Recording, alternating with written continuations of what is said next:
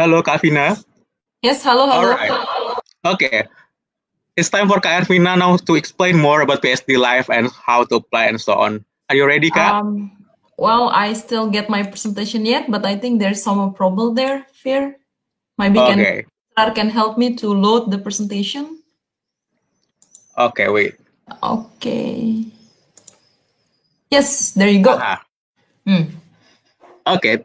Welcome Kak Vina. Silakan. Ya, thank you. Oke. So saya Mas Hanif. Saya pakai bahasa saja ya, karena kan mostly pesertanya juga dari Indonesia. Nama saya Ervina, saya sekarang PhD candidate. Currently saya sedang melakukan secondment di Italy. Jadi sekarang saya berada di Italy dan masih walaupun sudah opening up ya masih tetap home office. My host institution itu ada di Norway. Betul, saya penerima beasiswa dari EMJMD di tahun back to 2011-2013. Kemudian di tahun 2018 saya melanjutkan ke Edulia Project, which is part of the MSCA ETN atau Marie Curie Actions. Following Hanif, saya juga akan mute my video to have a better connections for you. Oke.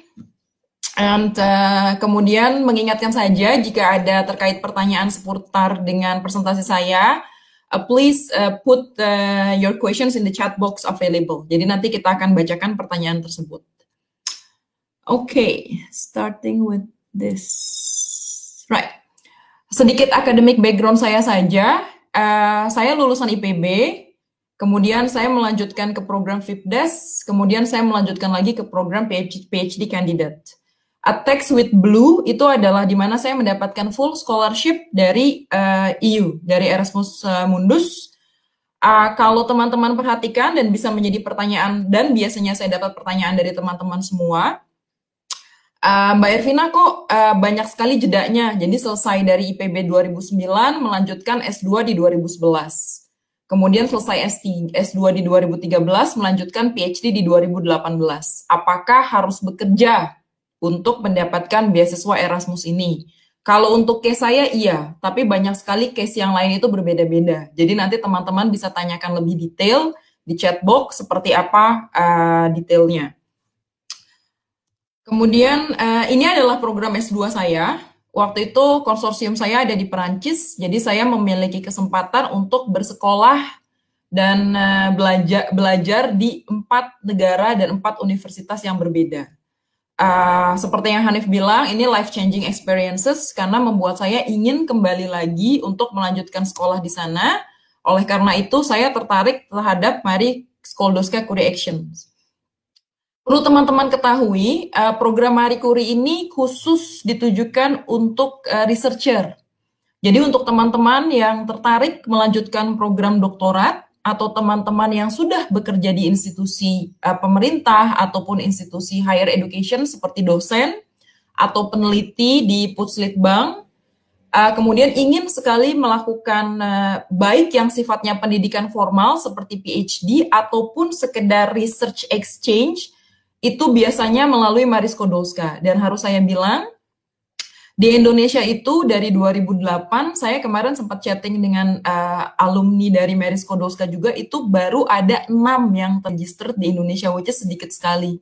Jadi opportunity-nya masih banyak sekali buat teman-teman di Indonesia, para peneliti yang memang tertarik untuk melanjutkan studi di doktoral atau melanjutkan ke tingkat yang lebih lanjut, postdoc, ataupun sekedar melakukan exchange sebagai researcher. Apa saja sih program Marie Sklodowska-Curie Action ini? I put the marks there, jadi ada yang berwarna kuning dan ada yang berwarna merah. Kemudian untuk yang berwarna, saya bedakan menjadi 2. Yang berwarna kuning ini adalah yang saya sebut sebagai experienced researcher. Sedangkan yang berwarna merah ini adalah untuk early stage researcher. Mbak, apa sih bedanya antara yang kuning dan yang merah atau antara yang experience dengan yang early stage? For example, saya termasuk early stage researcher karena saya pada saat saya mengapply Marie Sklodowska, saya adalah lulusan S2 dan saya tidak memiliki pengalaman di bidang penelitian atau di bidang research lebih dari 4 tahun. Mereka akan cek publikasi Anda, mereka akan cek di mana Anda bekerja, Dan mereka juga akan cek sudah di host institusi di mana nanti Anda akan melakukan penelitian ataupun riset ataupun PhD, apakah Anda pernah tinggal di negara tersebut. Jadi ada yang namanya clearly checking untuk early stage researcher. Jadi for example, nah, dan yang berwarna merah atau early stage researcher ini biasanya open sekali untuk PhD students. Jadi mereka akan buka posisi, oh kami membutuhkan PhD student. Jadi biasanya yang berwarna merah ini adalah di mana para pejuang PhD scholar itu mencari opportunity untuk bisa get their PhD program. Yang berwarna kuning ini adalah untuk those are experienced. Jadi yang tadi saya bilang, kalau mereka sudah selesai PhD-nya, jadi for those that yang mau melanjutkan ke studi lebih lanjut ke tingkat postdoc, jadi itu adalah biasanya kalau orang sudah menyelesaikan studi PhD, mereka akan melanjutkan ke postdoc. Jadi banyak sekali project-project yang dibuka yang sifatnya itu untuk individual fellowship itu 1 sampai 2 tahun. Jadi dia bisa bervariasi 1 sampai 2 tahun. Kemudian untuk biasanya individual fellowship ini untuk postdoc project. Sementara staff exchange itu adalah untuk teman-teman sekalian yang sekarang ini Anda ini peneliti, kemudian Anda itu adalah researcher, kemudian Anda itu bekerja di pemerintah misalkan di bidang atau di riset tertentu, atau Anda ada di Litbangkes. Kemudian Anda ingin meningkatkan kapasitas Anda sebagai researcher. Jadi ada yang namanya program RISE, Research and Innovation Staff Exchange Fund. Berapa besarnya? Besarnya bervariasi dan waktunya pun bervariasi. Tapi untuk staff exchange ini Anda harus employed by institusi yang ada di Indonesia. Kemudian institusi Anda harus memiliki kerjasama dengan institusi yang sudah ada di Eropa. Dan biasanya staff exchange ini akan berlangsung di mana institusi yang di Eropa akan membayarkan seluruh perjalanan Anda, seluruh kegiatan Anda yang akan Anda langsungkan di Eropa. Baik yang berwarna merah maupun yang berwarna kuning, oh ya, staff exchange ini bervariasi waktunya. Jadi ada yang 1 bulan, 2 bulan, 3 bulan, maksimum itu 1 tahun. Jadi ada teman saya, beliau itu dosen dari salah satu universitas swasta dan universitas negeri di Indonesia, dan mereka mendapatkan funding untuk staff exchange. Jadi satu itu dari universitas di Jakarta, satu lagi dari salah satu universitas di Jakarta. Mereka akan staff exchange di sini di Barcelona itu di bulan Agustus tahun ini, tapi karena ada COVID, kemungkinan akan diundur ke tahun depan atau buyout Zoom. Dan ini opportunity-nya banyak sekali kalau teman-teman mau cari, saya akan jelaskan lebih lanjut setelah ini. Kemudian yang berwarna merah, nah ini untuk yang khusus yang ingin sekali melanjutkan ke pendidikan doktoral, fokusnya adalah di Research Network ITN atau di co-funding. Untuk di Research Network dan co-funding itu programnya biasanya 3-4 tahun. Untuk program saya sendiri itu 3 tahun untuk karena menyesuaikan di mana host institute saya. Jadi for example, saya memiliki host institute di Norway, sehingga program saya 3 tahun. Kemudian ada yang host institute-nya di Sweden, itu programnya bisa sampai 4 tahun. Jadi tergantung di mana host institute-nya. Untuk program di Belanda, setahu saya PhD itu sampai 4 tahun. Jadi memang disesuaikan. Kemudian untuk Research Network sendiri itu ada 3 program, teman-teman sekalian. Ada ITN, ada Industrial Doktorat, dan ada Joint Doktorat. Perbedaannya apa? Mostly sama. Perbedaannya adalah hanya pada ITN, Anda lebih banyak, seperti saya, program saya adalah program ITN, Anda lebih banyak menerima training. Jadi keuntungan dari program ITN adalah Anda banyak menerima training, baik dari akademik maupun dari industri. Industrial Doktorat, Anda memiliki partner, di mana partnernya itu adalah bukan host institute dari university, melainkan dari industri. Sehingga research Anda itu sifatnya sangat-sangat implementif, jadi sangat langsung bisa diaplikasikan ke masyarakat. Jadi Anda akan bekerja secara erat dengan industri tentunya yang berkaitan dengan bidang studi Anda. Joint doktorat itu mirip sekali seperti Erasmus yang sudah Hanif jelaskan tadi. Jadi Anda punya satu konsorsium, kemudian Anda punya beberapa universitas. Jadi nanti sistemnya Anda juga akan muter. Dan Anda mendapatkan graduate certificate as a PhD itu dari beberapa universitas yang berbeda-beda. Pertanyaannya kemudian adalah, Mbak Ervina, besaran scholarship-nya berapa sih untuk PhD ini? Saya boleh bilang PhD itu sedikit berbeda dengan master. Kalau master sifatnya adalah Anda mendapatkan scholarship. Tapi kalau untuk PhD itu sifatnya adalah untuk join doktorat khusus itu Anda mendapatkan stipend sebesar 1.600 sampai 1.800 euro per month. Tapi di luar itu, semua kegiatan riset Anda, kegiatan seminar Anda, simposium Anda, itu dibayarkan oleh pihak EU. Jadi dibayarkan oleh program. Sedangkan untuk ITN, joint doktorat, industrial doktorat, dan co-funding itu besarnya adalah seperti gaji. Jadi saya boleh bilang seperti saya sekarang melakukan PhD dengan Host Institute di Norway dengan program ITN. Jadi saya seperti mendapatkan gaji saja dengan Norwegian rate. Jadi saya seperti karena PhD itu adalah position ya. Jadi yang berbeda untuk Marie Curie itu adalah hanya di join doktorat saja. Jadi sudah fix besar beasiswanya segitu. Sedangkan untuk ITN, industrial doktorat, dan co-funding itu Anda sistemnya adalah mendapatkan gaji, dan tentunya gaji ini sistemnya taxable. Jadi ada pajaknya yang berdasarkan sesuai dengan negara masing-masing. Kemudian how to apply, seperti yang sudah saya bilang, PhD itu berbeda dengan master. Kalau master Anda punya portal aplikasi, Anda punya program yang sudah di-set up, untuk PhD tidak. Jadi ini Anda seperti melakukan job interview. Mereka akan minta academic resumes, mereka akan minta, sudah ada berapa publikasi yang Anda pernah lakukan, terutama untuk yang tertarik untuk di program RISE Research Exchange ataupun program individual fellowship, itu biasanya untuk level postdoc, mereka akan minta publikasi apa saja yang sudah pernah Anda punya, di jurnal apa saja, kemudian mereka akan minta research plan Anda atau research study Anda, dan beberapa other administratif lainnya. Misalkan ada yang minta TOEFL, IELTS, jadi itu disesuaikan dengan beberapa negara.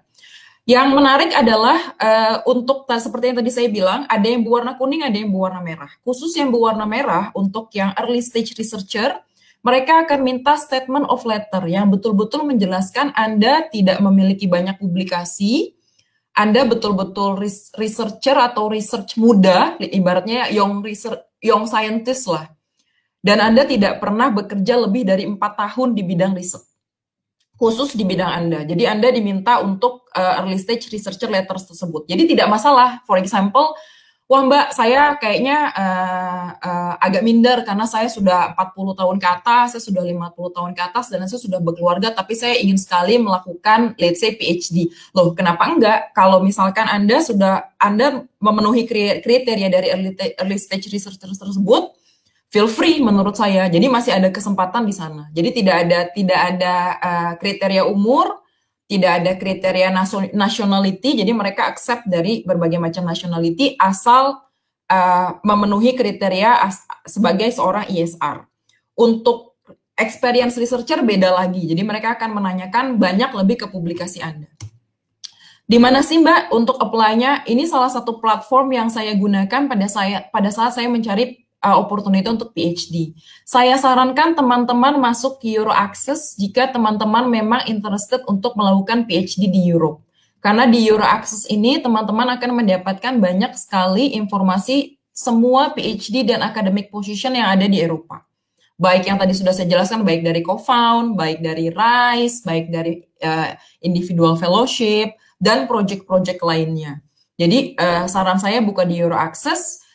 Kemudian kemarin malam waktu Italia saya coba lihat di findphd.com dan itu saya menemukan ada hampir 5.000 PhD project all over the world.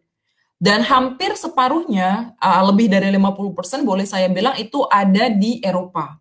Jadi apa yang mau saya bilang, kesempatannya banyak sekali. Kemudian juga ada pada saat Anda masuk ke salah satu situs ini, Anda akan langsung melihat advertisement terkait dengan funded PhD student. Misalkan yang saya lihat di sini ini spesifik ke biotechnology science. Kemudian ada 7 PhD position in infections biology. Jadi kesempatannya banyak sekali. Jadi tinggal kuncinya adalah Anda cukup cari saja bidang apa yang Anda minati. Saya kasih contoh satu saja biar cepat. Ini adalah website di Euro Access. Saya masuk ke Euro Access, Anda bisa cari berdasarkan research field, karena saya di agricultural science, saya di food science. Jadi saya bisa cari di agricultural science. Jadi banyak sekali field-field lainnya, ada 47 total dari mulai science, kemudian math, physics, sampai ke arts, dance, journalism, law, economics. Jadi berbagai macam field of study, jadi bisa dicek. Kemudian untuk agricultural saja itu ada 116. Jadi banyak sekali kalau teman-teman bisa bisa cek itu untuk bidang studi yang teman-teman ingini atau yang teman-teman minati itu akan banyak sekali. Untuk agricultural tuh saya dapat ketemu 116, ada postdoc, ada officer, jadi macam-macam. Jadi bisa langsung dicek setelah ini untuk yang interested di PhD program. Saya jelaskan ini adalah Marie Curie Action saya. Nama project saya adalah Edulia. Kemudian di project ini ada 11 PhD position. Berarti pada saat project Marie Curie ini dibuka, mereka memerlukan 11 posisi doktoral yang mereka ingin untuk di-apply. Jadi ada 11 opportunity dengan different research topic. Tapi topiknya tidak akan jauh dari bringing down barriers to children's healthy eating. Kemudian ini adalah specifically project saya. Kalau Anda lihat, loh, Mbak Ervina ngapain sih jauh-jauh ke Eropa belajarnya tentang candy sama brokoli, tentang taste, tentang sensitivity, tentang children. Berbeda dengan master, kalau master Anda bisa shifting, oke, S1 saya misalkan mikrobiologi, tapi S2 saya karena saya punya pengalaman di bidang, let's say di bidang food innovation, saya ingin lebih fokus ke misalkan inovasi produk fokusnya ke pemasaran, karena sebelumnya saya pernah bekerja di bidang pemasaran. Jadi untuk di master Anda masih memiliki keleluasaan untuk shifting. Tapi untuk PhD semakin spesifik project Anda, semakin high chance Anda diterima di project tersebut jika Anda memenuhi kriteria atau memiliki qualifications di bidang tersebut. Jadi semakin Anda spesifik, jadi project PhD itu akan sangat-sangat spesifik dan memerlukan specific requirement. Jadi Anda yang paling tahu Anda paling cocok di project apa. Jadi Anda filter untuk diri Anda sendiri. Yang seperti sudah saya bilang tadi, apa bedanya ITN dengan yang lain? Project saya adalah project ITN. Jadi di project ini saya mendapatkan banyak sekali training. Dan semua training ini sifatnya free. Saya bisa dapat training dari industri, saya bisa dapat training dari universitas. Universitas manapun di Norway yang saya ingin ambil course-nya itu for free. Jadi semuanya project yang bayarin. Jadi kapan lagi bisa sekolah di Eropa gratis, saya dapat gaji, saya di training, saya dapat ilmu, dan dapat pengalaman untuk living di sini. Jadi banyak sekali trainingnya dan banyak sekali opportunity-nya. Kemudian ini pertanyaan titipan, kira-kira Mbak ngapain sih anak PhD pada saat sekarang kan lagi COVID nih, terutama saya sekarang lagi di Italia, kita sudah quarantine almost 2 months lebih ya. Kita melakukan sesuatu, jadi kita diminta untuk melakukan sesuatu, berkontribusi untuk bidang kita masing-masing. Salah satunya adalah karena project saya itu tentang food and healthy eating behavior, jadi kita membuat suatu seperti infographic tentang how to improve quality eating during this quarantine time. Jadi dan ini sudah ditranslate ke 9 different languages dan cukup menerima feedback yang positif dari EU. Salah satunya sudah available dalam bahasa Indonesia. Jadi during this COVID-19 sendiri, PhD does work. Jadi kita juga melakukan sesuatu lah. In the end, my closing marks untuk mencari PhD itu tidak mudah. Tapi saran saya adalah never give up. Saya berpuluh-puluh kali, mungkin lebih, saya banyak mengirim email ke berbagai macam profesor, baik di Europe ataupun all around the world, terkait dengan research project saya, tapi memang semuanya itu ditentukan dengan usaha Anda dan doa. Jadi saran saya never give up. That's it, my presentation. Thank you so much. Saya kembalikan ke Firza. Silakan Firza. Ina. Okay, guys, it was the presentations that given by our two presenters. First from Hanif, and second from Kahina. So without any further ado, let's come to our Q&A sessions. So jadi 10 menit ke depan saya akan memfokuskan hasil untuk diskusi kita akan mengenai teknik applying. Dan tadi saya sudah mencoba beberapa pertanyaan dari teman-teman semua. Dan FYI guys, kalau ternyata kita juga live di Facebook European Union Indonesia, jadi kami juga mencoba masukkan beberapa pertanyaan dari teman-teman yang mungkin tidak bisa masuk melalui room ini. Jadi kita coba akomodir. Oke, untuk pertanyaan mengenai teknis akan kita mulai. Hanif, are you still there?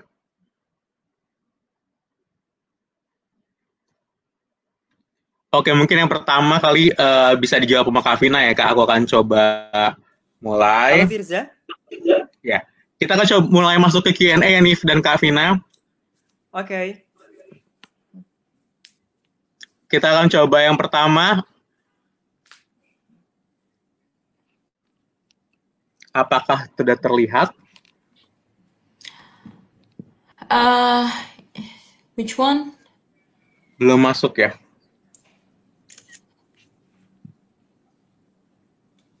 Oke, saya baca dulu aja ya. Boleh? Saya tahun ini mendaftar JMD, namun gagal, cuma mendapatkan offer saja. Apakah dia boleh daftar lagi tahun depan, Kak Vina? Bisa sih, bisa banget. Jadi kamu jatuhnya ke reserve list kan? Jadi bisa banget dicoba lagi saja ke reserve list, atau kalau saya jadi kamu, saya akan bilang ke universitasnya, boleh nggak reserve listnya saya minta LOA, kemudian saya akan cari beasiswa lain dari Eropa atau beasiswa dari kampus tersebut untuk bisa promote saya di program tersebut. Karena ada opportunity seperti itu. Oke, jadi sebenarnya nggak masalah kayak how many times you tried. Kalau mau coba-coba aja ya. Nggak masalah sih, itu bisa sampai berkali-kali kok untuk program EMJMD. Berikutnya ada juga dari Devi nih Kak, untuk satu program kira-kira berapa sih kuota yang akan diterima? Well, tergantung ya. Untuk program master saya sendiri dahulu itu kita buka, jadi mereka ada 2 action. Action pertama itu adalah untuk yang full scholarship. Biasanya ini yang mendapatkan full scholarship ini adalah dari orang-orang yang memang bukan dari non-EU. Kemudian yang kedua itu adalah yang memang dari EU. Karena yang dari non-EU ini akan mendapatkan beasiswa yang lebih besar dibandingkan dari yang EU, jadi kalau misalkan saya orang Indonesia, saya akan mendapatkan beasiswa yang jumlahnya lebih banyak dibandingkan dari teman-teman saya yang datang misalkan dari Italia, dari Prancis, di program yang sama. Biasanya yang seperti kita ini agak ada yang sama, ada yang lebih sedikit, atau ada yang lebih banyak. Jadi betul-betul tergantung programnya. Tapi I could say biasanya sih 20-25 is a max. Oke, jadi dalam suatu program itu 20 dan 25 orang. Kalau untuk satu negara kira-kira berapa ya Kak maksimalnya? Waktu itu saya ada 2 di program studi saya yang berasal dari Indonesia, di FIPDES ya. Saya yang dibiayai full oleh Erasmus, kemudian ada 1 orang Indonesia lagi, tapi dia dibiayai oleh Kemenristek Dikti. Jadi seperti yang saya bilang tadi, ke pertanyaan sebelumnya ya, Kak saya udah dapat nih, tapi saya di reserve list atau hanya dapat dari offer dari universitasnya. Bawa reserve list itu ke program beasiswa lain yang ada di Indonesia. Kan kamu udah keterima nih, sebenarnya kamu qualified, tapi beasiswanya aja nggak ada. Ya kan? Jadi kalau pas beasiswanya nggak ada, jangan patah semangat. Coba cari beasiswa lain yang available di Indonesia. Oke, ini pertanyaan berikutnya Kak, mengenai PhD sih agak menarik juga nih Kak. Untuk research itu kita ditentukan oleh pembimbing atau kita bisa milih sendiri, dan kalau sendiri apa sih yang di proposal Kak atau apa harus disiapkan? Interesting. Jadi untuk betul-betul tergantung. Saya sudah bilang tadi, PhD itu sifatnya adalah position. Jadi berbeda dengan master ya. Kalau master kan kamu teman-teman tuh udah ketahuan, saya mau jurnalisme, jadi jurnalisme. Kalau PhD itu saya ambil contoh, misalkan saya di food science. Loh, Anda di food science-nya di mana? Food science itu banyak. Apakah Anda mau bikin cheese? Apakah Anda di product development? Apakah Anda di marketing? Apakah Anda di consumer behavior? Apakah Anda di sensory? Jadi semakin Anda spesifik, semakin besar chance Anda untuk mendapatkan proyek tersebut. Dan untuk bikin research itu biasanya pertama Anda minta buat resume research. Itu biasanya 3 pages saja. Jadi main objektif, kemudian metode apa yang akan Anda kerjakan, dan yang paling dilihat itu adalah ini kamu mengerjakan ini kontribusinya ngapain sih? Jadi what is the main contribution you doing this gitu loh, untuk society, untuk Europe, untuk Indonesia, kayak kontribusinya apa? Kalau Anda cuma main-main saja ya wassalam. Tapi kalau misalkan oh ya it's highly needed gitu loh untuk mengerjakan research ini, biasanya itu pas. Jadi distribute cuman betul-betul pendek 3 saja. Production very short, kemudian objektif itu penting sekali, kemudian apa method dan apa contribution Anda. Biasanya setahu saya semua proyek itu sudah ditentukan oleh Europe. Tapi kalau Anda ada di RISE atau di individual fellowship, Anda bisa menentukan proyek Anda. Jadi misalkan ada satu topik tentang let's say healthy eating, tapi Anda mau saya mau research healthy eating di elder. Karena elder itu kan makannya kurang, Mereka juga sudah tidak nafsu makan, tapi saya ingin meningkatkan kualitas makanan untuk elderly. Jadi kemudian Anda bikin proposal nih, si 3 page itu, Anda kirim. Nah, itu Anda bisa, tapi itu jatuhnya ke individual fellowship untuk postdoc atau Anda di RISE ya, tadi untuk yang sudah experience researcher. Ya. Oke. Oke, ini saya akan coba menjawab dulu dari Facebook nih, Kak, ada yang nanya mengenai program, dia sudah pernah mengikuti program Erasmus Plus Student Mobility. Apakah itu akan mempengaruhi untuk assessment di MJMD-nya? Mungkin Hanif ya itu yang jawab ya untuk MJMD ya. Boleh, Hanif, are you still there? Iya, bisa diulang tadi, Firza? Sorry. Saya sudah pernah ikut Erasmus Plus Student Mobility. Apakah akan mempengaruhi dalam assessment untuk MJMD? In positive or in negative sebenarnya nggak ada ya. Jadi akan dinilai based on the CV kalian, profile kalian, judgment-nya akan based on that. Jadi nggak akan ada pengaruh in the light of positivity or negativity sih. Jadi that would be judged as it is aja. Nanti tergantung profile-nya gimana. Seperti itu. Cuman kalau kalian bisa highlight misalnya pengalaman exchange kalian ternyata itu bisa membuat kalian menjadi orang yang menemukan passion kalian, misalnya for the earth misalnya, atau misalnya kalian jadi peduli dengan animal life, wildlife gitu misalnya, itu akan menjadi bagus gitu. Jadi tergantung sih bagaimana cara kalian menggunakan background kalian yang sebelumnya untuk mendapatkan EMGMD-nya.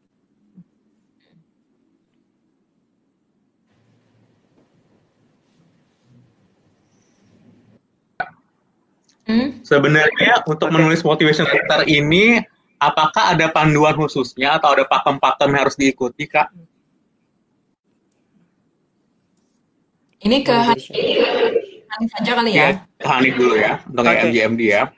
Sebenarnya kalau motivation letter sih, kalau saya selalu motivation letter, waktu saya Erasmus dan waktu saya kuliah selanjutnya, saya selalu menggunakan what have I done in the past. Jadi di past saya ngapain, present itu saya ngapain, dan future saya akan ngapain gitu sih. Jadi kalian harus bikin kayak benang merah gitu.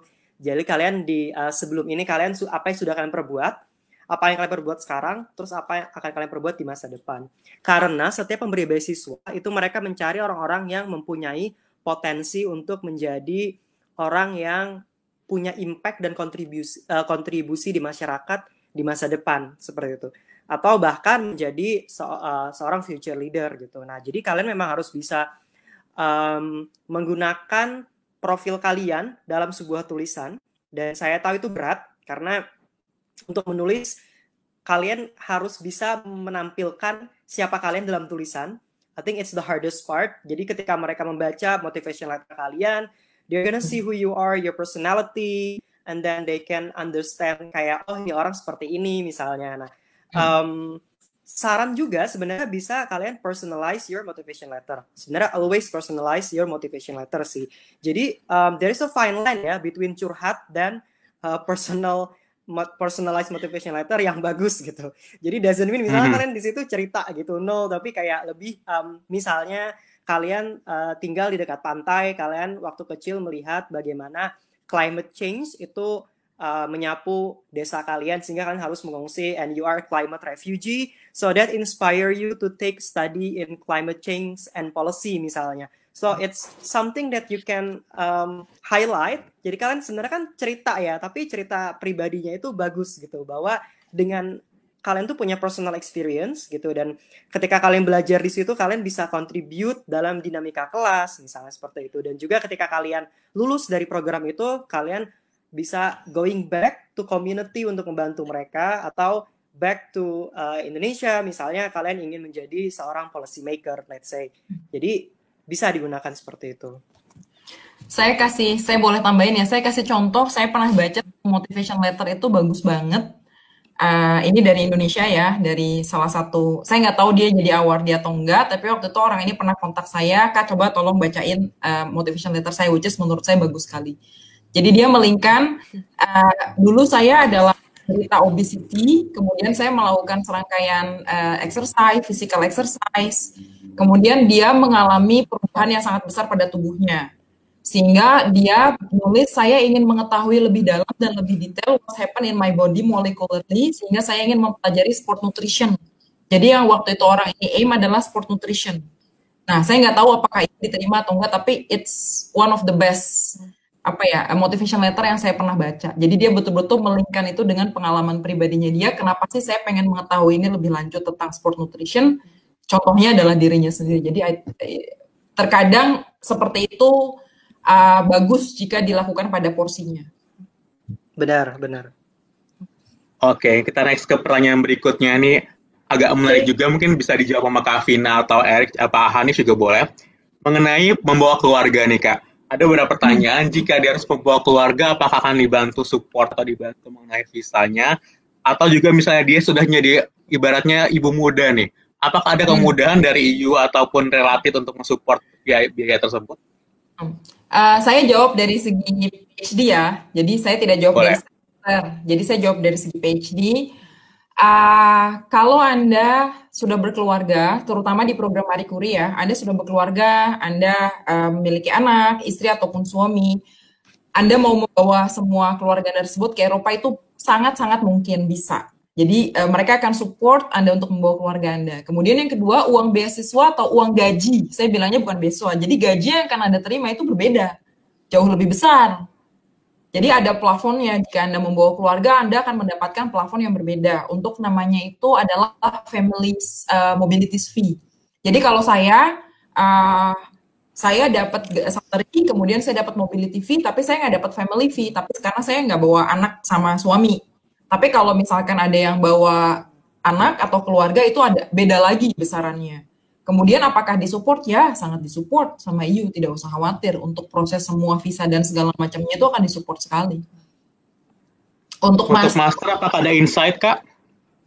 Untuk master saya kurang tahu ya, tapi pengalaman saya dulu pada saat saya melakukan master, tapi mungkin bisa di cross check juga dari teman-teman alumni yang baru saja melakukan master, karena master saya lumayan lama.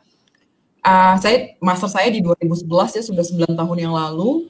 Jadi untuk master itu pada saat itu ada beberapa teman saya dari Indonesia yang juga master, tapi mereka membawa keluarga. Itu tidak ada tambahan dari EU. Jadi besarannya itu sudah fix 1.000 euro per bulan, kemudian teman-teman akan dapat mobility fee 4.000 euro 1 tahun. Jadi kemudian itu terserah teman-teman saja mengatur keuangan ini bagaimana untuk bisa fix dengan membawa keluarga. Oke, ini masih ada tentang PhD, Kak Vina. Ada yang menanyakan, seberapa penting sih kelinearan tema riset di S1 dan S2-nya? Kelinearan tema riset, saya boleh bilang penting sekali ya, terutama dari 5 tahun terakhir riset Anda. Jadi kalau S1 nggak usah terlalu nyambung, nggak apa-apa, tapi masih di satu topik. Tapi kalau S2 itu is important, dan yang lebih important lagi, jika Anda bekerja di mana? Itu penting sekali. Karena kan S3 itu kan topiknya sangat spesifik ya. Jadi Anda tuh punya topik betul-betul, kalau A ya A, saya mau menjawab masalah A, kalau B ya B. Jadi PhD itu tidak seperti master yang sifatnya masih general. Jadi pertanyaan yang harus dijawab itu sangat spesifik. Riset S1 saya menurut saya Anda nggak masalah kalau masih nyambung-nyambung dikit lah. Tapi kalau S2, kalau nyambung bagus, kalau nggak nyambung nyerempet. Yang penting adalah pengalaman Anda di 4-3 tahun terakhir sebelum Anda apply di PhD position tersebut. Oke, noted. Oke, next buat Hanif nih, ada yang nanya nih, Mas Hanif, kita sudah punya master nih, tapi pengen daftar master lagi, bagaimana kira-kira kemungkinan keterimanya? Boleh sekali. Jadi ada beberapa alumni kita yang memang melakukan second master ketika di Erasmus. Jadi teman-teman kalau misalnya sudah punya master, terus mau master lagi dengan justifikasi yang bagus, tidak menutup kemungkinan. Maksudnya dari Erasmus sendiri tidak membatasi orang untuk melakukan second master, gitu sih. Sama ini nih, ada yang menarik juga nih, ada case seperti ini. Dia sedang kuliah S1 di Jepang dengan program bahasa Inggris, apakah dia eligible untuk daftar master? Tanpa ambil IELTS ya, maksudnya ini ya, berarti ya. Tapi dia udah ambil IELTS juga, tapi udah keluar kadaluarsa. Apakah lebih baik untuk retake IELTS ya? Ini dari Ilmaiza Siva Zahra. Oh, oke. Biasanya sih mereka akan meminta bukti kalau di non-English speaking countries bahwa memang perkuliahan itu dilakukan dalam bahasa Inggris seperti itu. Misalnya, kalaupun kita di Indonesia, tapi kita misalnya klaim bahwa kita pakai bahasa Inggris, that would be university owns discretion. Jadi biasanya mereka akan menimbang sejauh apa sih bahasa Inggrisnya, terutama kalau itu negara yang non bahasa Inggris ya, non English speaking countries gitu. Jadi kalau saran saya, tanya dulu dengan konsorsiumnya. Kalau misalnya mereka give it a go, boleh gitu. Saya juga bisa sharing sedikit ya tentang ini. Saran saya sih untuk Shiva ya. Untuk Shiva, kamu minta saja dari universitas kamu di Jepang surat yang menyatakan bahwa semua mata kuliah yang kamu ambil itu adalah dilakukan dalam bahasa Inggris. Kemudian kamu sertakan dengan IELTS kamu yang terbaru. Itu biasanya kalau sudah dikasih seperti itu, universitas ataupun konsorsium mereka nggak akan banyak komentar. Dan memang selalu diperlukan, dan buat teman-teman semua juga yang join ya, ini sangat diperlukan sekali kemampuan bahasa, terutama bahasa Inggris. Biasanya mereka minta ini didokumentasikan sih, baik dalam bentuk IELTS, TOEFL, ataupun TOEIC. Jadi kalau bisa sih harus ada itu. Oke. Pertanyaan berikutnya boleh kita lanjut lagi mengenai motivation letter. Tadi Kak Hanif sempat sebut dan tentang kontribusi. Kira-kira gimana sih Kak, ini kontribusi yang dicantumkan dalam motivation itu linear dengan jurusan Kak, atau apa aja boleh dimasukkan dari M. Farhan nih Kak? Sebenarnya bisa linear dengan jurusan, itu lebih gampang sih sebenarnya. Kalau misalnya kalian jurusan S1-nya, let's say teknik sipil, S2-nya mau teknik sipil, ya berarti ada linear kan, berarti kalian lebih gampang sebenarnya dapat beasiswa. Tapi kalau menurut saya, in both case, kalau kalian linear ataupun tidak linear, mau ambil jurusan yang berbeda, sebenarnya kalian cukup tunjukkan bahwa kalian melakukan sesuatu di luar akademik yang berhubungan dengan jurusan tersebut. Misalnya kalian punya pengalaman volunteer gitu. Kita ada alumni yang sebenarnya S1-nya itu sosial, kemudian S2-nya dia mengambil emergency nursing. Karena dia pengalamannya waktu tsunami di Aceh, dia itu jadi relawan di sana. Jadi pekerja relawan di Aceh waktu tsunami. Jadi dia bisa bilang bahwa pengalaman saya memang ada, saya ke lapangan ketika tsunami Aceh, sehingga dia bisa dapat S2 di bidang emergency nurse. Jadi it depends kalian sebenarnya mau kemana, mau dibawa kemana sih arah dari karir kalian gitu. Dan menurut saya itu akan terlihat sih ketika mereka membaca gitu. This might sound cliche, but they can read your passion on the paper. Jadi kelihatan sih dalam tulisan itu bahwa kalian tuh beneran niat atau ini coba-coba aja. Jadi bener-bener kalau memang kalian ensure kalian mau di jurusan tersebut, ya kalian curate sebaik mungkin motivation letter kalian untuk menunjukkan hal tersebut gitu.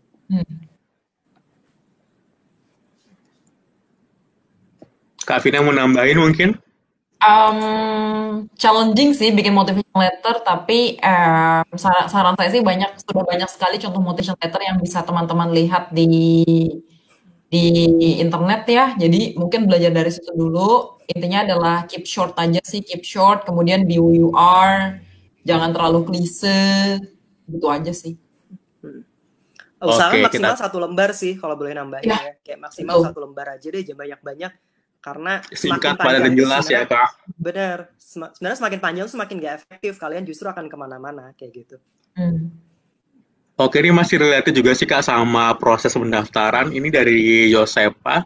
Kira-kira ada batasan maksimal nggak sih dari ijazah S1? Mungkin lamanya kali ya dari lulus hingga daftar ya? Ijazah ya. Saya pernah ketemu sama temen yang dia itu lulus di 2008 dulu ya, kemudian dia mendaftar untuk Erasmus di 2013. Jadi itu masih untuk EMJMD ya. Jadi sudah 5 tahun. Mungkin teman-teman alumni bisa sharing ada yang lebih dari 5 tahun. Saya nggak tahu. Untuk saya sendiri waktu itu saya lulus 2009, kemudian saya mendaftar di 2011. Jadi 2 tahunan. Tapi waktu itu saya kenal yang sampai 5 tahun. Sejauh sejauh ini kalau di program sih sebenarnya tidak ada batasan ya dari S1-nya gitu. Teman-teman seperti yang Mbak Vina bilang, teman-teman harus lihat juga di programnya gitu, di program masing-masing konsorsium yang tadi sudah kita jelaskan, bisa dilihat di situ mereka ada require umur atau enggak seperti itu. Cuman in general tidak ada yang membatasi umur sih sebenarnya. Ada juga yang sudah dapat udah yang umur 30, lulus S1-nya di umur 20 itu masih bisa kok. Oke, sebenarnya ini banyak yang nanya-nanya nih ya, udah jam 4 tapi memang karena antusiasme dari rekan-rekan semua, kita mau ngumumin kalau webinar ini akan di-extend hingga 4:30, jadi kita masih ada sekitar 27 menit lagi untuk menampung keinginan. Betul. Oke, kita akan mulai ke next berikutnya. Kita akan mencoba mengenai living dan juga studying in Europe. Ini saya tadi sudah menemukan salah satu pertanyaan menarik. Mungkin Kak Vina yang bisa jawab dari dari Hazelin. I wonder in fact how to cope with this COVID-19 situation there in Italy. Mungkin karena kan kita tahu Kak ya, kalau Italia salah satu negara yang terdampak cukup parah nih di dunia. Gimana rasanya sih belajar di negara Italia? Oke, sebentar, tapi boleh saya selain sebentar ya? Boleh, ada yang lewat di sini pengumuman kepada teman-teman di sini, jangan lupa isi survei untuk perbaikan acara ke depan karena kita ingin memberikan yang terbaik buat teman-teman semua. Hari ini tadi sudah tembus 500 dan di luar pagar sana, di luar teras sana masih ada sekitar 150-an orang menunggu dan di Facebook kita juga aktif, banyak yang nonton view-nya. Jadi please bantu isi kami surveymonkey.com/r/webinar study in Europe untuk perbaikan acara kita. Terima kasih semuanya. Saya kembalikan over to you all. Terima kasih. Thank you, Pak. Untuk pengingatnya. Tadi boleh di info Fir, apa pertanyaannya? Tadi cope with something COVID? Yeah. Okay. Hazelin Nasution, well, it's not that easy, to be honest. Panik ya, pastinya panik, karena saya, jujur aja saya ada di North. Jadi di sini salah satu negara, saya ada di salah satu kota yang terdampak paling parah. Panik pasti, tapi yang harus teman-teman lakukan, dan living in Europe ya, yang pertama kali teman-teman lakukan, dimanapun teman-teman berada, pertama adalah lapor diri ke KBRI, itu jangan sampai lupa.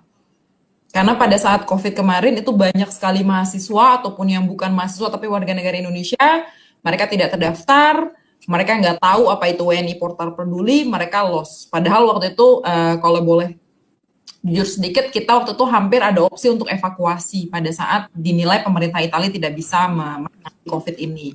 Tapi kemudian pelan-pelan sudah mulai bisa diatasi sehingga opsi evakuasi itu dimentalkan. Tapi penting sekali untuk teman-teman untuk lapor diri itu dimanapun negaranya.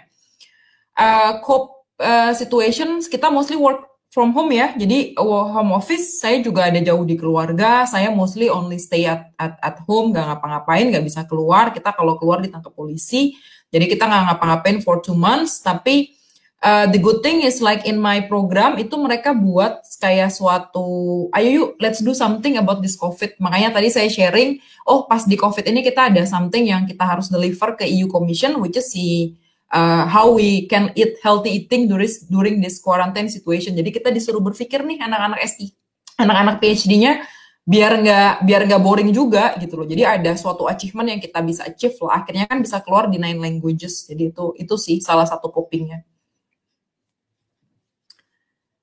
Next, Fir.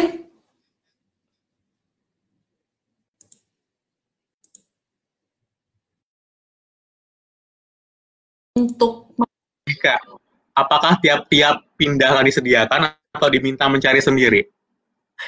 Pengalaman saya paling enak di konsorsium pertama minta dicariin karena kamu baru dateng nggak tahu apa-apa.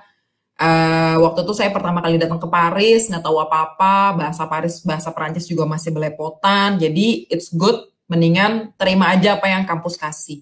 Begitu pindah-pindah ke negara lain itu kita harus cari sendiri. Tapi enaknya adalah pada saat kamu nyampe pertama itu kamu akan kenal dengan teman-teman internasional kamu. Jadi sekelas saya punya teman dari Brazil, saya punya teman dari Meksiko, saya punya teman dari Jepang. Udah mereka teman-teman saya. Kemudian kita discuss, pada saat kita pindah ke Ireland kita mau tinggal di mana nih? Akhirnya bareng gitu loh. Jadi kalau pada saat kamu dari Indonesia kan sendiri dulu nih. Jadi lebih baik konsorsium atau di negara pertama kamu transit, di situ kamu minta bantuan dari universitas, kemudian di negara-negara berikutnya biasanya kamu udah lebih mulai mengenal, oh di Europe tuh kayak gini ya, di negara ini kayak gini ya. Jadi kedepannya sih bisa lebih lancar.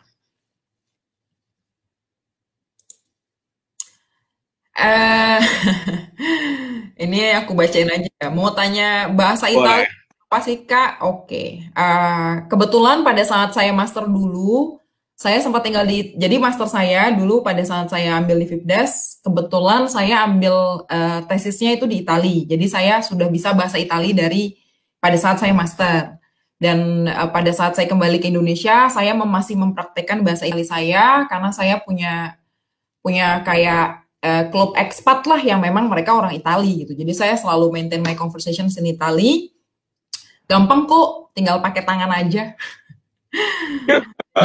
Jadi, salah satu keuntungan dari Erasmus ini adalah menurut saya belajar banyak bahasa. Jadi saya belajar bahasa Itali, saya belajar bahasa Prancis, sekarang saya bisa bahasa Norway.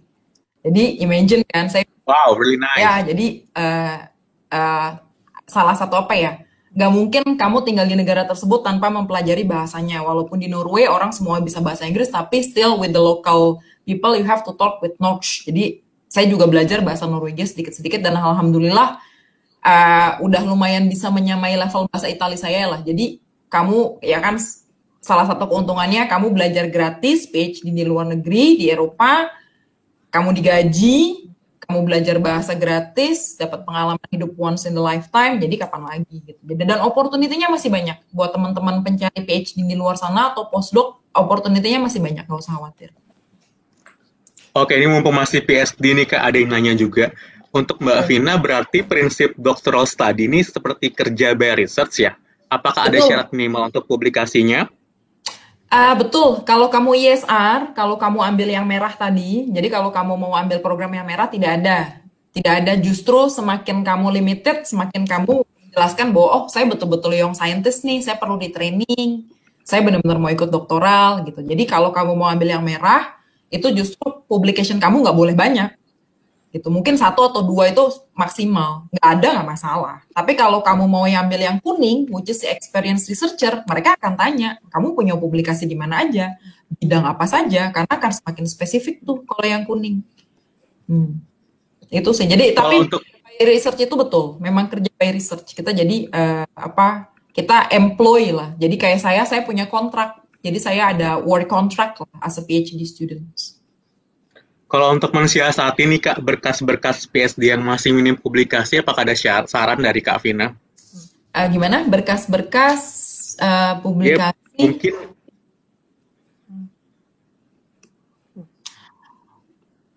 Nggak masalah. Seperti yang tadi saya bilang, kalau kamu aim untuk early stage, yang warna merah tadi di PPT saya, kalau kamu bisa back record, kan ini kita record ya, jadi nanti ada recordingnya. Nanti kalau kamu memang aimingnya yang merah untuk PhD ya, PhD itu justru harus yang merah. Itu justru mereka harus menganjurkan kamu nggak boleh punya banyak-banyak publication. Nggak ada, malah nggak apa-apa. Berarti kan kita sebagai konsorsium, kita lihat kamu, nih anak bener-bener masih early stage. Gitu. Maksudnya memang masih peneliti muda. Jadi kita mau training dia nih justru untuk menjadi experienced researcher. Jadi nggak usah takut sama publikasi. Oke. Ini mungkin atau untuk Kak Vina atau Hanif juga boleh jawab. Gimana sih culture adaptability di Eropa? Apa challenge yang paling besar yang pernah dihadapi saat baru tinggal di Eropa? Kalau saya puasa Ramadan di Norway, karena itu 18 jam lebih. Kalau Hanif nggak tahu. Hanif mungkin? Karena kemarin saya berada di negara yang non-English speaking country, jadi saya harus belajar bahasanya. It's quite challenging sih. Jadi pas di awal saya harus belajar, kan saya modal bahasa Inggris doang nih, jadi saya merasa kayak udah pede, I can talk with them gitu, with random people on the street. Tapi ternyata enggak. When I have to speak with elders gitu. Kalau di Portugal mereka second language-nya French, jadi saya lebih memilih belajar bahasa Prancis sih kayak gitu. Jadi kendalanya sebenarnya di situ. Tapi they're trying to understand us kok, enggak yang karena kita berbahasa Inggris terus mereka kayak julid gitu, enggak kok gitu.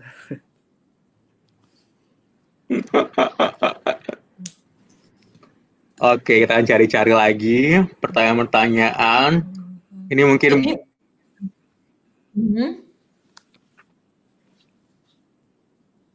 ada beberapa pertanyaan dari FB juga, kan saya coba bacakan ya Kak. Untuk Kak Vina, saya mau bertanya, apakah kemampuan bahasa kapasitas lain seperti Itali, Norway, itu memberikan peluang lebih untuk diterima? Saya cerita satu simple aja ya. Jadi waktu saya apply PhD position ini saya apply 2. Satu itu di Italia, satu lagi di Norway. Pas di Italia saya bilang sama profesor saya, waktu itu calon profesor saya di Italia tanya, kamu bisa bahasa Italia? Bisa. Saya paling bisa bahasa Italia. And I'm so confident karena memang saya bisa bahasa Italia. Kemudian saya apply yang di Norway, ditanya, kamu bisa bahasa Scandinavian nggak? Saya bilang nggak bisa. Saya nggak bisa Scandinavian sama sekali. Tahu nggak yang diterima yang di mana? Yang diterima yang di Norway. Yang di Italia saya nggak diterima. Jadi ya, maksudnya it's really, saya nggak bilang laki ya. Jadi yang menentukan itu adalah bukan bahasa, tapi yang menentukan itu betul-betul apakah research Anda itu masuk dengan objektifnya mereka atau enggak. Karena PhD itu sangat-sangat spesifik. Gitu. Jadi bahasa Inggris itu udah pasti nomor 1. Dan yang kedua menurut saya untuk PhD itu adalah kemampuan Anda riset lah atau goal objective research Anda itu spesifik apa sih dengan program yang mereka tawarkan. Kemudian saya lihat ini banyak sekali yang nanya tentang PhD dengan masalah keluarga, apakah ada biaya tambahan? Ada, kalau di Marie Curie tidak usah khawatir. Saya udah mungkin ini kelewat ya, tapi tadi sudah saya jelaskan kalau Anda bawa keluarga, bawa istri atau suami, semuanya itu akan ditanggung, tapi ada plafonnya. Biasanya ada penambahan sekitar 600 sampai 600 euro sebulan. Tapi itu disesuaikan di mana country Anda tinggal. Seperti saya, contoh saya di Norway itu pasti jauh beda dengan saya di Italia. Memang conversion rate-nya beda karena living cost-nya beda. Jadi gak usah khawatir kalau mau PhD, sudah berkeluarga, monggo. Banyak sekali opportunity-nya. Oke, berikutnya ini mungkin buat Hanif, bisa dijawab Nif. Oke. Apakah ada program lain di luar list master Kak? Nggak ada sih. Jadi kalian benar-benar harus daftar di program yang udah di list oleh Erasmus.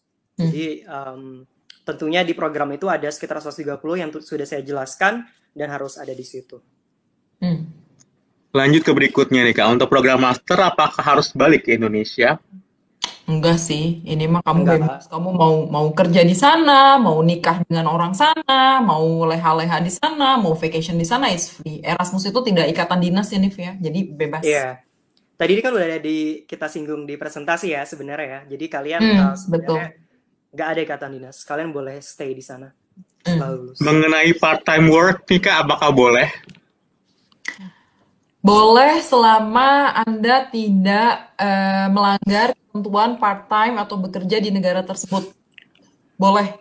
Tapi Anda tidak break the rules untuk part-time di negara tersebut.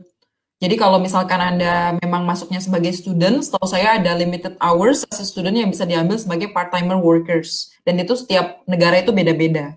Jadi betul-betul harus cek dan recheck di negara mana Anda. Kemudian kalau mau part-time ya monggo-monggo aja. Oke, ini ada yang out of topic, mungkin bisa ada sekalian ngasih insight ya kayak apa sih kelebihan alumni Erasmus. Ada nggak sih Kak alumni yang memilih untuk bekerja dan gimana cara perizinan tinggalnya? Banyak ya, dan ini Niko ya, banyak sekali teman-teman saya tuh banyak yang mereka berkarya di sini.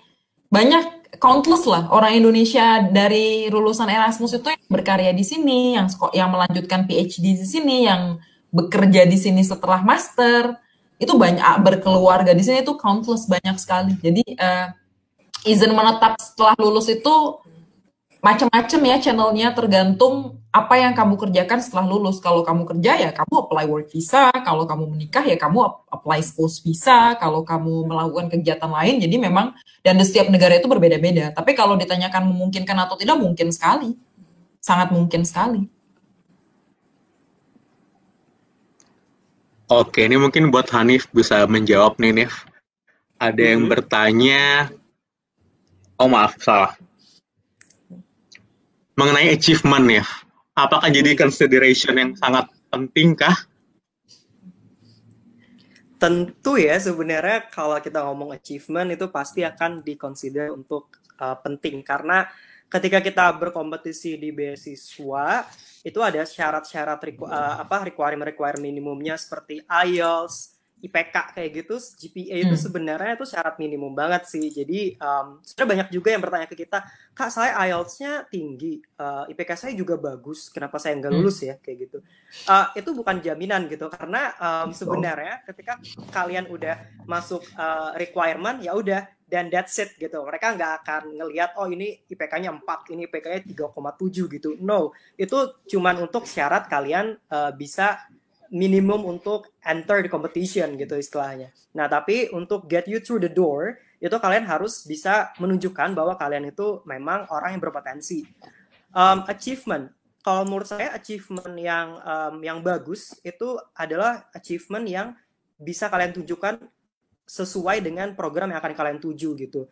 Nggak harus misalnya, international achievement would be good gitu, tapi kalau misalnya kalian punya achievement, misalnya kalian volunteer di hutan selama 1 tahun untuk membantu indigenous people, let's say, that would be great as well gitu.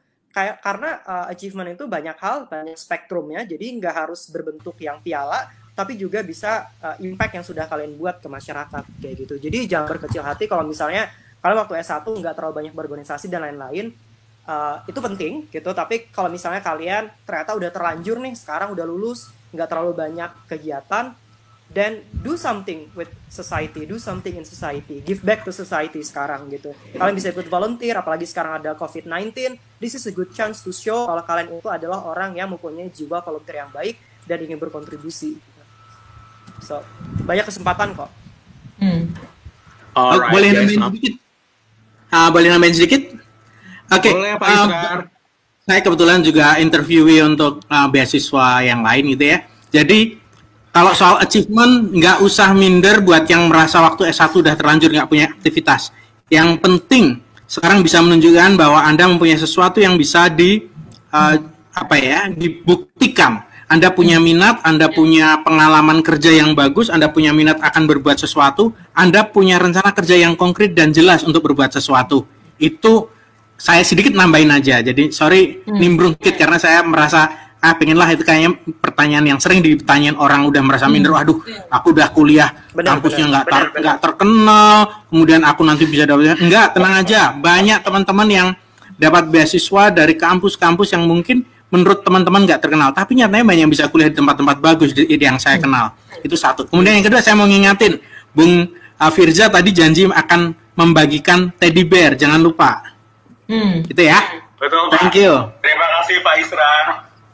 Oke guys, karena waktu yang sangat minim sekali, untuk hari ini kita cukupkan sampai di sini dulu mengenai diskusinya. Kita janji kalau ada kesempatan lain kita akan sharing ke kalian semua. Makanya jangan lupa follow Instagram kita di @unid_Eropa dan juga di @aspaplus.id. Dan saat ini sesuai janji saya, seperti yang kalian sudah lihat, kita punya 5 teddy bear menarik dari Uni Eropa dengan cara menjawab di chat box kita. Ketentuannya adalah yang akan menang adalah yang pertama kali menjawab, yang akan kita consider. Dan juga nanti apabila memang dinyatakan sebagai pemenang, dapat hubungi nomor UPOP yang ada di banner atau di pamflet mengenai webinar ini sendiri. Mungkin sebagai pernyataan closing statement dari Kak Vina, sebelum closing statement, mungkin ada ingin ide kasih pertanyaan Kak untuk para attendee kita? Ngasih pertanyaan atau closing statement? Boleh. Sebelum closing statement, kasih pertanyaan dulu, Kak. Jadi dari saya ada 1, Kak Vina 2, dari Hanif 2. Apa aja kan ya? Siap-siap ya. Apa aja? Oke, kemudian saya ini aja deh. Ada, kalau Anda perhatikan teman-teman perhatikan bendera Uni Eropa, ya itu ada banyak tanda bintang. Ada berapa tanda bintang di bendera Uni Eropa? Ayo, apa ada yang bisa? Oh, udah muncul tuh. Udah ada muncul ya. Jawabannya berapa yang benar, Kak? Berapa itu juga lupa? 9, 12, 9, 12, 20, weh. Variatif. 20, 30. Jawabannya adalah 12. Ya, congrats yang jawab 12 pertama ya. Tadi jawab pertama, jangan lupa kontak kita di nomor YouPop tadi. Oke, pertanyaan kedua mungkin dari Hanif, boleh? Dari aku ya. Jadi, this Boleh. is my favorite questions. Jadi guys, you guys pasti semua tahu Menara Eiffel dong ya? Di Paris. Oke, jadi kota mana, Menara Eiffel kan di Paris. Kota mana sebelum Paris yang sebenarnya ditawarin untuk dijadikan sebagai kota yang akan ditaruh Menara Eiffel? Kota mana? Bandung.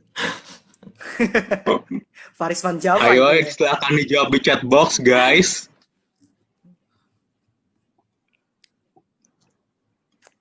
Susah banget kan Hanif katanya. Udah ada yang benar kok. Firza udah ada yang benar. Oke, udah deh ya. Iya. Oke, pertanyaan berikutnya dari Kavina. Jadi jawabannya apa nih? Jawabannya kali ya, jawabannya Barcelona. Wow. Barcelona. Ya. Vivi Syahril Khaltarani. Congrats. Oke, pertanyaan ketiga Kavina boleh? Aduh, apa ya? Saya lempar ke Firza aja lah pertanyaannya. Saya nggak ada pertanyaan. Oke, ini kita mengenai Uni Eropa. Kalau teman-teman boleh bisa tahu ya, berapa members aktif dari European Union? Wah, berat. Berat banget ya. Apakah sudah ada yang menjawab? Ada yang jawab banyak. Oke, selamat Faik. Tadi benar jawabannya 27. Tadi sangat Faik sudah jawab benar-benar ya. Ada 27 members. Wow, congrats. Oke, pertanyaan keempat, Hanif mungkin. Oke, tahun berapakah Uni Eropa itu dibentuk? Oh, tadi udah ada kisi-kisi. Ya, kalau ikut dari awal udah tahu kan ini tahun keberapa? Oke. Benar. Belum ada. Ada yang meleset satu angka. Masih belum ada. Ayo terus dicoba. Kalau dia ikut dari awal pasti tahu. Oke, Kusmia benar tuh 1950 ya Kak Hanif ya. Wow. Oke, ini saya ada pertanyaan terakhir mungkin buat closing kita hari ini. Ini agak menarik sebenarnya, petipannya dari pertanyaan dari Bu Destri nih, ibu kita semua. Ada nggak sih kalian yang tahu sebenarnya arti Erasmus? Yes, betul, itu menarik tuh. Nah. Oh, ada yang jawab nih, Nasution.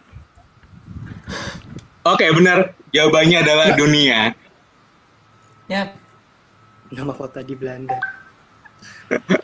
Oke, jadi 5 teddy bear kita sudah habis, guys. Jangan lupa bagi para pemenang kontak nomor YouPop yang ada di banner. Oke, sebelum kita tutup mungkin ada closing statement dari Kak Vina duluan untuk para insya Allah next Erasmus Award kita. Amin. Buat yang memang ingin sekali melanjutkan studi ke Eropa, baik itu master, ataupun PhD, ataupun postdoktoral, ataupun untuk teman-teman dari experience researcher yang ingin punya pengalaman untuk bisa melakukan riset di Eropa, masih banyak kemungkinan atau kesempatannya masih banyak, masih terbuka luas. Teman-teman cukup berusaha saja, jangan pernah menyerah, raih semua kesempatan, dan jangan lupa banyak berdoa. Itu saja. Oke, thank you Kak Vina. Stay safe in Italy. Ya, sama-sama. Happy fasting semuanya. Ciao. Thank you Kak Vina.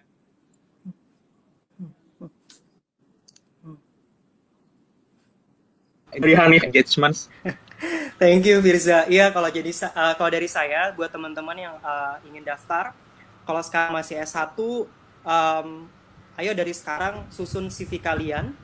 in a sense kalian harus benar-benar ikut kegiatan, cari achievement dan lain-lain. Kalau udah terlanjur lulus dan kalian masih merasa belum pede, tenang aja, kalian bisa ikut berbagai kegiatan volunteer atau dari segi kerjaan kalian bisa kalian tonjolkan. Dan jangan minder ya teman-teman, karena kalau di Eropa mereka tidak melihat kampus dari mana di Indonesia sih. Buat mereka itu sama aja kampus dari Indonesia sebenarnya. Jadi mereka sebenarnya tidak peduli gitu. Kalian mau labelnya misalnya Ivy League Indonesia, let's say gitu.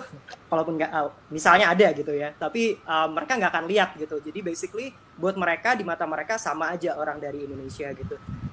Jangan minder, selalu dicoba, karena kalau kalian memang punya niat di situ, akan terlihat di motivation letter kalian nantinya. Satu lagi, Firza, jangan lupa follow Instagram kita di @erasmusplus.id.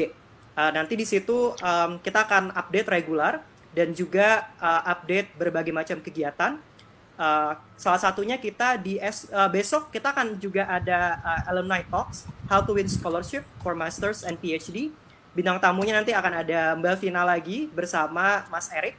Nanti kita akan ada regular acara juga di Instagram. Jadi jangan lupa, banyak banget faedahnya follow Instagram kita ya. Terima kasih. Oke, terima kasih Kak Hanif. Oke guys, itu tadi dari closing statement dari Hanif selaku country representative dari Indonesia untuk communication alumni engagement. Dan nggak terasa udah 1 jam.